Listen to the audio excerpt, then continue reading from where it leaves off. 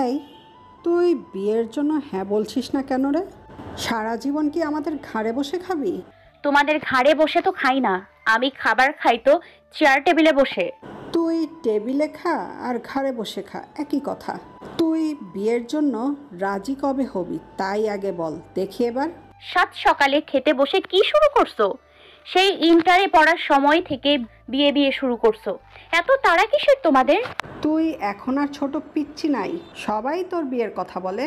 তুই বড় হয়ে গেছিস, আর মেয়ে বড় হলে বিয়ে দিতে হয়, তারা পরের বাড়ি যাবে, এটাই নিয়ম। নাকি আমি তোমার আপন মেয়ে না? সৎ মেয়ের মতো ব্যবহার করো কেন? সৎ মায়ের মতো ব্যবহার করি, তাও তো মুখ ফুটে একবারও বললি না মা জননী বিয়ে করতে চাই আমি। তাই বলে কোরবানি দিতে চাও এত তাড়াতাড়ি? বুঝি এত বোঝা ভাবো আমাকে? আমার বাপের টাকা কম পড়ছে নাকি? এ কোন ধরনের কথা? টাকা পয়সা সব আছে, শুধু একটা মেয়ের জামাই লাগবে। মেয়ে বড় হলে সব বাবা মাই বিয়ে দিতে চায়, কেউ কোরবানি করতে চায় না। মেয়ে হয়ে জন্ম নিলে তাকে পরের বাড়ি যেতে হবে, এটাই প্রকৃতির নিয়ম। তুমি আমার মা না হয়ে যদি আমি তোমার মা হইতাম তাহলে দেখতে কখনো আমার মেয়ের সাথে আমি এমন খারাপ ব্যবহার করতাম না। থাক, খান সাহেবের কন্যা, আমাকে আলু পাম দিতে হবে না। ভালো কথা আজকালকার মহিলারা শুনতে পারে না, এটাই সমস্যা। থাক, আমার আর এত ভালো হবার দরকার নাই, বিয়ে করতে হবে এই বছরেই, এটাই ফাইনাল। বললেই হলো তাই না? মগের মুল্লুক, তোমাদের চোখে শুধু এই আমরা অবলা মেয়েরাই পড়ি তাই না? মেয়েরা বিয়ে করে সংসারী হবে, এটাই নিয়ম, তাতে সমস্যা কি? তাহলে আজ থেকে এই নিয়ম বদলে দাও, নতুন নিয়ম করো। আসছেন মহারানী ভিক্টোরিয়া, তার জন্য সমাজের নিয়ম বদলে দেবে। এই আরিয়াত খান অনুর জন্য সব নিয়ম বদলে যাবে। এই বলে ড্রয়িং রুমে গিয়ে বড় ভাইয়ের হাত ধরে গরুর মতো টানতে টানতে মায়ের সামনে এনে বলে, এর লেখাপড়া শেষ হয়ে গেছে, বাবার কোম্পানিতে জয়েন করছে, ছেলের বিয়ের বয়স পার হয়ে যাচ্ছে, তার বিয়ে না দিয়ে শুধু আমার বিয়ে নিয়ে পড়ে আছো কেন? এই তোমাদের সোসাইটির লোকের চোখগুলো শুধু মেয়েদের চোখে দেখে কেন? ঘরে যে বিয়ে উপযুক্ত ছেলেরাও আছে তা তাদের চোখে পড়ে না? মেয়ে মানুষ হাড়ে বজ্জাত হয়, না হলে আজ পর্যন্ত কোনো পুরুষ মানুষকে তো বলতে শুনি নাই আপনার মেয়েকে এত পড়াতে হবে না, বড় হয়ে গেছে, বিয়ে দেবেন কবে, এ সময় চলে গেছে, আর ভালো ছেলে পাবেন না। সব বজ্জাত মহিলাগুলা সমাজটা একেবারে দূষিত করে দিচ্ছে। ওদের জ্বালায় ছোট থেকে এই কথা সেই কথা শুনে বড় হতে হয় কেন রে বাপু? তোদের কোন খেতে আগুন দিচ্ছি? হ্যাঁ, তাদের ছেলেরা বড় হয়েছে, বিয়ে দেবে, ডাইরেক্ট বলবে, এত ইনিয়ে বিনিয়ে কেন বলে? যত সব বিয়ের জন্য ছেলেদের কেন যে নাস্তানাবুদ করে না, ছেলেদেরও বলা উচিত ওদের তাড়াতাড়ি বিয়ে দিতে হবে। অনুর ভাই আর মা দুজন দুজনের চেহারার দিকে হাঁ করে তাকিয়ে আছে। আল্লাহ, মেয়েটা আমার পাগল হয়ে গেছে, কে করবে এই পাগল ছাগলকে বিয়ে? শেষ কি চিরকুমারী থাকবে মেয়েটা? এই, তুই আমার বোন নাকি অন্য কেউ রে? কেন ভাইয়া, কোনো সন্দেহ আছে? নিজের ঝামেলা কিভাবে বড় ভাইয়ের ঘাড়ে চাপিয়ে দিতে চাইছিস? ঝামেলা কেন হবে? তোমার বিয়ের ঘটকালি করি। আমি বিয়ে করব তোকে বলেছি একবারও? তাহলে এত আগ বাড়িয়ে আমাকে বিপদে কেন ফেলতে চাচ্ছিস? বিপদ কোথায় ভাইয়া, তোমারও বিয়ের বয়স হয়ে গেছে, তাই সবাইকে চোখ খুলে তোমাকে দেখতে বলেছি, যাতে তুমিও একটু কষ্ট ভোগ করো, বিয়ের ভেজালের মজা বোঝো। মা, এর শিওর কোনো রাস্তা থেকে কুড়িয়ে আনা মেয়ে, আমার আপন বোন হলে এমন কথা বলতো না। আচ্ছা মা, আমি অফিসে গেলাম, তোমরা যা খুশি করো এবার। এইসব কি কথা রে? তোর ভাই সবে মাত্র জয়েনিং করেছে, 2-3 বছর তো লাগবে ওর নিজেকে গুছিয়ে নিতে, তারপর না হয় ওর বিয়ের কথা ভাববো। এই তো লাইনে আসছো, আমি ভার্সিটিতে পড়ছি, আমাকেও সেটেল হতে দাও, তারপর না হয় বিয়ের কথা ভাবা যাবে। বিয়ে করবি না হয় জব করবি, যে কোনো একটা পথ বেছে নিতে হবে। কে শোনে তোমার কথা আজাইরা? সকালবেলা মুডটা খারাপ করে দিল যত সব। রাগে গজগজ করতে করতে ভার্সিটি যাওয়ার জন্য ব্যাগটা কাঁধে নিয়ে বাড়ি থেকে বেরিয়ে যায়। ভার্সিটিতে রিমা বসে চকলেট খাচ্ছিল। অনু এসে চকলেটটা কেড়ে নিয়ে খেতে শুরু করে। রিমা কিছু বলবে তার আগে অনুর চেহারা দেখে বুঝে যায় খুব রেগে আছে। এখন কিছু বলা মানে নিজের কবর খোদাই করা। ও মনু, তোমার কি হয়েছে গো? এভাবে চকলেট খাচ্ছ যে? মনু, তোর চোখ দেখে ভয় লাগে আমার, প্লিজ এমন ভাবে তাকাবি না। অনু কিছু না বলে রিমাকে জড়িয়ে ধরে হাউমাউ করে কান্না জুড়ে দেয়। রিমা অনুর মাথায় হাত বুলিয়ে দিতে থাকে, আস্তে করে বলে। কি হয়েছে অনু, এবার তো বলবি নাকি? অনু রিমার ওড়না দিয়ে নিজের নাকটা মুছে নেয়। কুত্তি কোথাকার, বলতে পারতি টিস্যু দিতাম। ওড়না নষ্ট করছিস কিসের জন্য? পানি মুছি, অন্য কিছু করি নাই। চুপ থাক বিয়াদ্দব মাইয়া, মনটা এমনি খারাপ আছে। আজ আর গীত বাদ দে, কাজের কথায় মন দে। কি কাজের কথা বল দেখি। আজ আবার মা আমার বিয়ের কথা বলতেছে রিমা। আন্টি ভালো বলছে রে মনু, তুই বিয়েটা করে নে না। আমি আমার বেস্টুর বিয়ের দাওয়াত খাবো। তোর দাঁত ভেঙে দিব আমি বিয়াদ্দব মাইয়া। আচ্ছা বল কি হয়েছে? দাঁত ভাঙনের দরকার নেই। দাঁত ভাঙা দাওয়াত রিমা খাবে না, তুই খা তোর বিয়ে। বান্ধবী রে, তুই তো জানিস আমি সেই 10 বছর আগে এক পোলার ওপর ক্রাশ খাইছিলাম। আমার সেই পোলাটাকেই লাগবে। আমি এ জীবনে অন্য কাউকে বিয়ে করব না, ওই ছেলে ছাড়া। তারে খুঁজে নিয়ে আয় রে বান্ধবী। আলা যে কোন কুক্ষানে ওই পোলার সাথে তোর দেখা করিয়েছিল কে জানে। সে পোলা কই থাকে বাপের রামকে কিছুই জানিস না। এত বছরে বিয়ে করে নিয়েছে কিনা তাও তো জানিস না। নাম জানি তো, রাজ। হ্যাঁ, ওই নাম নিয়ে না দোষ বিপাট করবি, পারলে মালা বানিয়ে গলায় পড়বি। রাজ যদি বিয়ে করে থাকে তাতেও আমার সমস্যা নেই। আমি সতীনের সংসার করতেও রাজি আছি, ওর 10 পোলার সৎ মা হতেও রাজি আছি। না, তোর বাড়াবাড়ি বেশি হয়ে যাচ্ছে। এভাবে চলতে থাকলে এই জীবনে তোর বিয়ে হবে না। না হলেও চলবে, শুধু রাজকে পেলেই চলবে আমার। এবার তোর বাড়ির মানুষকে বলবো তাদের মেয়ে বিয়েতে না বলে কেন। তারা এ কথা জানলে না তোকে জোর করে বিয়ে দিয়ে দিবে। শয়তান ছেমরি, তোর সাহস তো কম না। আজকে তোরে খাইছে আমি, দাঁড়া বান্ধবী। রিমা ব্যাগ হাতে ভো দৌড় দিচ্ছে, জানে অনু এখন হাতের কাছে যদি পায় তাহলে মনের সুখে পিটাবে। রিমার পেছনে পেছনে অনু দৌড়ানি দিচ্ছে। দৌড় দিতে দিতে অনেক দূরে চলে আসে। রিমা হঠাৎ রাস্তার মাঝে চলে যায়। অনু রাস্তার পাশে হাঁপাতে থাকে। এমন সময় একটা গাড়ি চলে আসে ফুল স্পিডে। হঠাৎ রিমার পেছনে গাড়ি দেখে অনু চিৎকার দেয়, চোখ মুখ কুঁচকে দাঁড়িয়ে যায়। গাড়ির মালিক খুব জোরে ব্রেক করে, কিন্তু শেষ রক্ষা হয়নি। রিমা তবুও ধাক্কা খেয়ে পড়ে যায়। অনু জোরে ব্রেক করার শব্দ শুনে সামনে তাকিয়ে দেখে রিমা পড়ে আছে। তাড়াতাড়ি দৌড় দিয়ে গিয়ে রিমাকে জড়িয়ে ধরে, কান্নাকাটি শুরু করে। একটু পর রিমা হঠাৎ বলে ওঠে, মরি নাই, বেঁচে আছি। তোর 40 আর খাওয়া হবে না রে বান্ধবী। শাকচুন্নি কুত্তি, মরিস নাই তো পড়ে আছিস কেন? দেখ তো কপালে কেটে গেছে, হাত পা ছিলে গেছে। তাড়াতাড়ি চল, হাসপাতালে যাব। অনু রিমাকে সোজা করে ধরে উঠে দাঁড় করায়। তখন গাড়ির ড্রাইভার বাইরে এসে বলে, হেই ইডিয়েট, কেউ এভাবে মাঝ রাস্তার মাঝে এসে দাঁড়ায়? এমন মেয়েদের থাপ্পড় দিয়ে কানটা লাল করে দেওয়া উচিত। এই বেটা ড্রাইভার, তোর সাহস তো কম না। তুই আমাকে থাপ্পড় দিয়ে কান লাল করে দিতে চাইছিস? আমিও এক থাপ্পড় দিয়ে তোর 24টা দাঁত ফালাই দিতে পারি, বান্দর বেটা। কি অসভ্য মেয়ে, কথা বলার কোনো সহবোধ জ্ঞান নাই। দেখে বোঝা যাচ্ছে কোনো বস্তির 3rd ক্লাস ফ্যামিলির মেয়ে। এই তুই কাকে 3rd ক্লাস বলছিস? বস্তির মেয়েরা বুঝি মানুষ হয় না? নিজে তো ড্রাইভার হয়ে আসছে, ফুটানি দেখাতে যত সব। জাস্ট মাইন্ড ইউর ল্যাঙ্গুয়েজ, ওকে? দেখ রে রিমা, আজকাল গাড়ির ড্রাইভারগুলো দেখি ভালোই পটর পটর করে ইংরেজিতে কথা বলে। এই বেয়াদব মেয়ে, এত ড্রাইভার করছো কেন? কোন দিক দিয়ে আমাকে ড্রাইভার মনে হচ্ছে? Look at me. এবার তার পা থেকে মাথা অবধি তাকিয়ে দেখলাম। পায়ে দামি কমপ্লিট সেট পরা, চোখে একটা সানগ্লাস, দেখতে মাশাআল্লাহ। শালা শেষে কিনা একটা ড্রাইভারের উপর ক্রাশ খাইলাম। হবে না মানি না অনু, না অনু শুধু রাজকে ভালোবাসে। এইসব ড্রাইভারের খাওয়া নাই, সে যতই সুন্দর হোক না কেন। অনু, তোর ওনাকে কোন দিক দিয়ে ড্রাইভার মনে হচ্ছে আমি তো তাই বুঝতে পারছি না। দেখুন, জানি আজকাল ড্রাইভারগণ সেজে গুজে গাড়ি ড্রাইভ করে, তার মানে এই না যে আপনার ড্রাইভারের নাম খুঁজে যাবে। আপনি আবার আমাকে ড্রাইভার বলে অপমান করছেন, এর ফল ভালো হবে না কিন্তু। আমাকে আর পাবেন কোথায় যে ফল দেখাতে আসছেন? এই শহরেই তো থাকবেন, ঠিক খুঁজে নিব। আমাকে ফাঁকি দেওয়া এত সহজ হবে না। ওরে আমার সোনা, চান্দু আসছে আমাকে খুঁজতে। সারা বছর হাতে হারিকেন নিয়ে খুঁজলেও এই অনুকে খুঁজে পাবেন না। তাই বলে ড্রাইভারকে একটু ধাক্কা দিয়ে সামনে একটা ট্যাক্সি করে রিমাকে নিয়ে হাসপাতালে চলে যায়। কি বেয়াদব মেয়ে, আমাকে ড্রাইভার বলে অপমান করে গেছে। তারপর গাড়িতে বসে সে রাগে গজগজ করতে করতে ড্রাইভ করে তার বাড়িতে যায়। এদিকে অনু হাসপাতালে আসার সময় রিমাকে বলে, বান্ধবী রে, আমার রুচি শেষে নষ্ট হয়ে গেছে রে।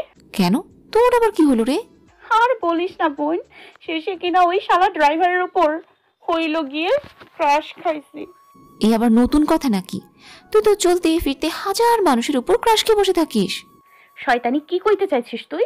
নতুন করে কি আর বলবো, তুই সবার উপর ক্রাশ খাইতেই থাকিস। কে জানে রাজের উপর ক্রাশটা আসল নাকি নকল। রাজ আমার ভালোবাসা, প্রতিদিন যেসব ক্রাশ খাই সেসব হলো টাইম পাস। এমনি সারা দুনিয়ার উপর ক্রাশ খাইলে নিজের বরের উপর আর খেতেই পারবি না, কারণ তোর যে অবস্থা তাতে তোর বেচারা বরের কপালে দুঃখ আছে। তুই নজর দিবি না, আমি যেমনই হই না কেন আমি আমার রাজের দিকে হনেস্ট আছি, বুঝেছিস? হাসপাতালে এসে রিমাকে একটা ডাক্তার দেখে। রিমা ড্রেসিং করে পট্টি করে দিয়ে বলে কিছুদিন বিশ্রাম করলে ঠিক হয়ে যাবে। আচ্ছা ডাক্তার, আপনি কি বিবাহিত? না, কেন বলুন তো? না মানে আপনি দেখতে তো ভালোই, যে কোনো মেয়ে আপনাকে দেখে ক্রাশ খাবে। আপনি ক্রাশ খেয়েছেন না কি তাই আগে বলেন শুনি। সামনে এত সুন্দর একজন ডাক্তার, তার উপর ক্রাশ না খেয়ে থাকা যায় বলুন? আরে আপনিও তো দেখতে ভালোই, বাড়ির ঠিকানাটা দিয়ে যান তো। ক্রাশ খাওয়ার সাথে ঠিকানার কি সাথ? সাত মানে আপনি আমাকে পছন্দ করছেন, আমি আপনাকে করছি, তাই আপনার বাড়িতে আমার পরিবারের মানুষকে পাঠাবো আমাদের বিয়ের কথা বলতে। আহা, পোলার কি শখ, চেনা নাই জানা নাই, আমি করব বিয়ে, থাক দরকার নাই ভাই, মাফ করেন আমাকে। তারপর রিমার হাত ধরে হনহন করে হাসপাতালের বাইরে এসে বলে, শালা ডাক্তারের কি শখ আমাকে বিয়ে করবে? আরে ডাক্তার কি জানে আমার একটা ক্রাশ বর আছে? সে আজ সাথে নাই তাতে কি হয়েছে, কিছুদিন পর অবশ্যই থাকবে। খাও, আরো বেশি করে যা, তার উপর ক্রাশ খাও, শয়তান মেয়ে। হ্যাঁ বোন, বুঝতেছি, যার তার উপর ক্রাশ খাওয়া যাবে না, ক্রাশ খাওয়ানোর মাঝে জ্বালা আছে। চল তোকে তোর বাড়িতে দিয়ে আসি। রিমাকে তার বাড়িতে পৌঁছে দিয়ে ওরু নিজের বাড়িতে চলে যায়। এদিকে চৌধুরী ভিলার সামনে গাড়ি পার্কিং করে সোজা বাড়ির ভেতরে এসে জোরে জোরে আরিয়ান চৌধুরী চিৎকার করছে। তার চিৎকার শুনে পুরো বাড়ির মানুষ নিচে জড়ো হয়। সবাই আরিয়ান চৌধুরীকে জমের মতো ভয় করে, কারণ সে খুব রাগী। যখন রেগে যায় তার সামনে কেউ দাঁড়াতে সাহস করে না। বাইরে যতটা রাগী, সে মনটা তার থেকে বেশি ভালো। আরিয়ানের বাবা আরিফ চৌধুরী ভয়ে ভয়ে ছেলেকে জিজ্ঞেস করে, কি হয়েছে বাবা, এত রাগ করছো কেন? আমাকে কি দেখতে ড্রাইভারের মতো লাগে? এত দামি দামি ড্রেস পরার পরও রাস্তার মানুষ আমাকে ড্রাইভার বলে সম্বোধন করছে। কার এত সাহস যে তোমাকে ড্রাইভার বলার মতো এত বড় কলিজা রাখে, যার সামনে আমরা কথা বলার সাহস করি না? আমাকে এয়ারপোর্টে রফিক চাচা কেন আনতে যায়নি? রফিক যায়নি, অন্য ড্রাইভার তো পাঠিয়েছিলাম। তোমরা জানো না আমি অন্য কারোর সাথে আসি না, তাহলে কিভাবে অন্য কাউকে আমাকে নিয়ে আসতে পাঠাও? Answer me, Y? আসলে বাবা জীবন হয়েছে কি জানো তো? তখন পেছন থেকে একজন বলে ওঠে, তাতে কি হয়েছে, সবসময় তোমার পছন্দের মানুষকে পাবে তার কোনো মানে হয় না। তাই বলে ফুপু আম্মা সবসময় সবার ইচ্ছা আমি মেনে নিতে পারবো না। এখন কি তুমি আমার মুখে মুখে তর্ক করবা? তোমার কাছে আমার এতদিনে এই সম্মান? তোমাকে আমি স্বপ্নেও অসম্মান করার কথা ভাবতে পারি না।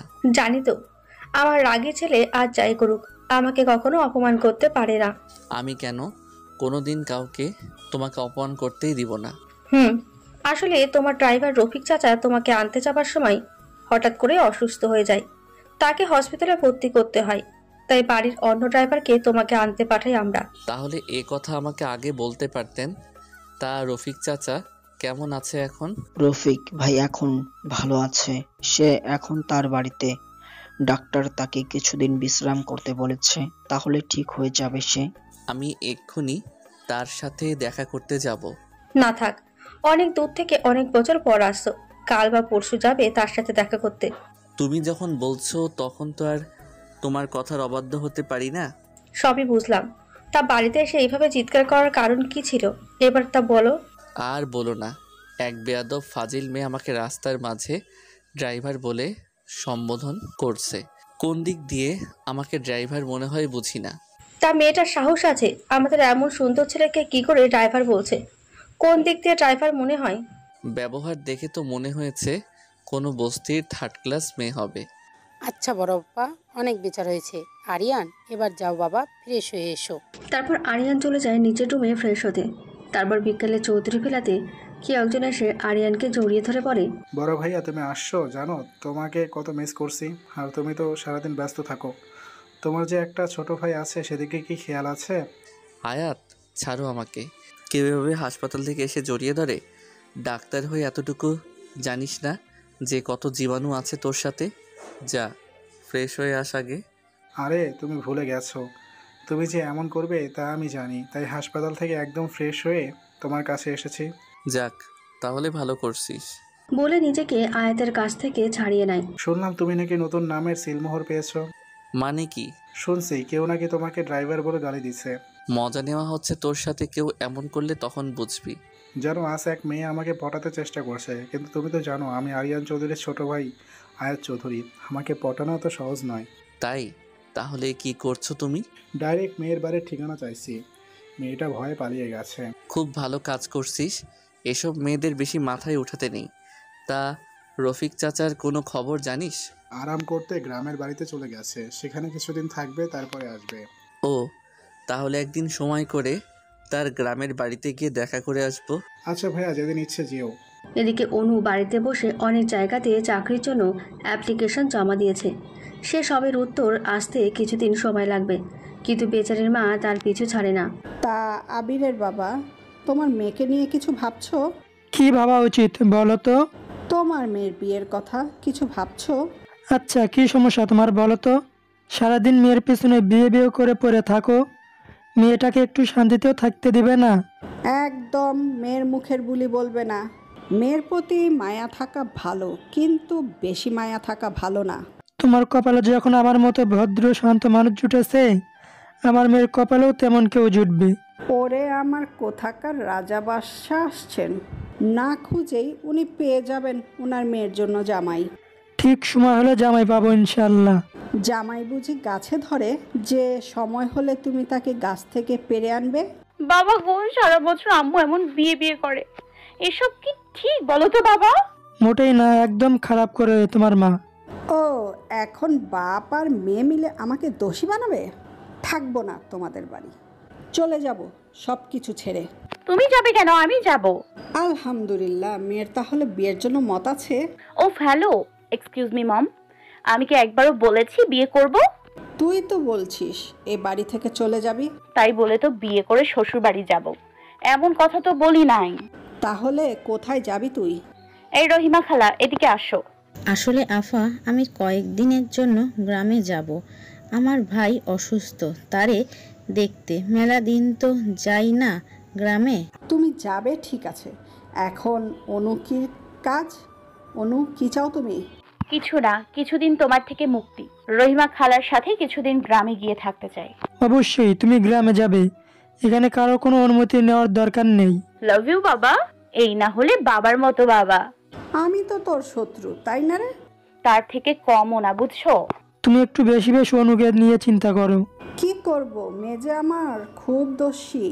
অনু ওর মায়ের কপালে চুমো দিয়ে চলে যায় রেডি হতে, কারণ আজ রাতে ওরা গ্রামের পথে রওনা দেবে। এরপর অনু আর রহিমা গ্রামে চলে যায়। এদিকে গ্রামে এসে অনু সেই মজা করছে, এই গাছে উঠে পেয়ারা পাড়া, পুকুর পাড়ে বসে সবার সাথে গল্প করা, সবাই একসাথে পুকুরে গোসল করা, রহিমার ভাইয়ের বাড়িতে থাকা। সে বাড়িতে অনুকে দেখে কেউ বলবে না অনু এদের কেউ না, এ বাড়ির সদস্য মনে হবে তাকে। খুব মিশুক স্বভাবের অনু, যে কোনো পরিবেশে সে নিজেকে মানিয়ে নিতে খুব ভালো মতো পারে। অনুর মাঝে কোনো অহংকার নেই, একদম সাধারণ সে, কিন্তু তার মাঝে অনু অসাধারণ একজন। রহিমার পরিবারের সবার সাথে মিলেমিশে তার দিন ভালোই যাচ্ছে। অনু যেখানে থাকবে সেখানে কোনো অকাজ হবে না, তা কি কখনো হতে পারে? কখনো না। আজও তার ব্যতিক্রম কিছু করেনি অনু। সকালবেলা ঘটায় এক অঘটন। আচ্ছা, অনু এত ফাজিল কেন কি জানি, নতুন কি বিপদ ঘাড়ে আনবে সে। অনু সকালে ঘুম থেকে উঠে ঘুম ঘুম চোখে এক মগ পানি নিয়ে ঘরের বাইরে আসে কুলি করে মুখ ধৌত করতে। সে মুখে পানি নিয়ে কুলিকুচি করে মুখের পানি পেছনে ফেলে দেয়, কিন্তু সে পানি কারো গায়ে পড়ে। সে ব্যক্তি চিৎকার দিয়ে বলে, ইউ ডার্টি গার্ল, কেউ মুখের নোংরা পানি কারো গায়ে ফেলে?